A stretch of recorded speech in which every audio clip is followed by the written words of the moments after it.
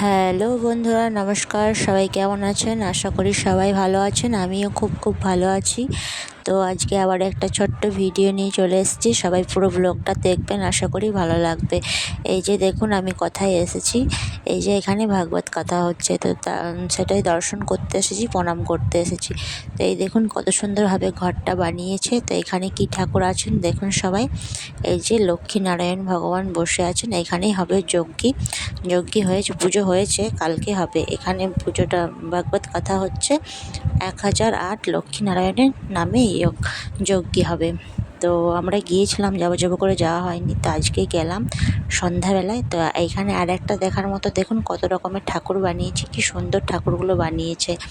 তো এই যে লক্ষ্মীনারায়ণ ভালোভাবে একটু জুম করে নিলাম, সবাই দর্শন করে নেবেন। আর ভালো লাগলে অবশ্যই একটা লাইক করবেন। আমার ভিডিও কেমন লাগে অবশ্যই সবাই জানাবেন।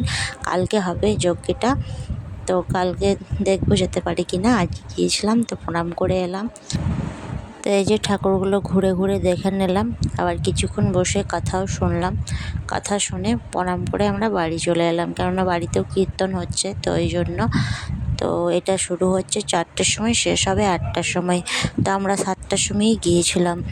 তো এই যে একটু করে ভিডিওর মধ্যে তুলেছি, তো সবাই দেখবেন পুরো ভিডিওটা। আশা করি সব ভালো লাগবে ভিডিওটা। কমেন্টে জানাবেন কেমন লাগলো। তো জয় গীতা, সবাই ভালো থাকবেন। টাটা, রাধে রাধে।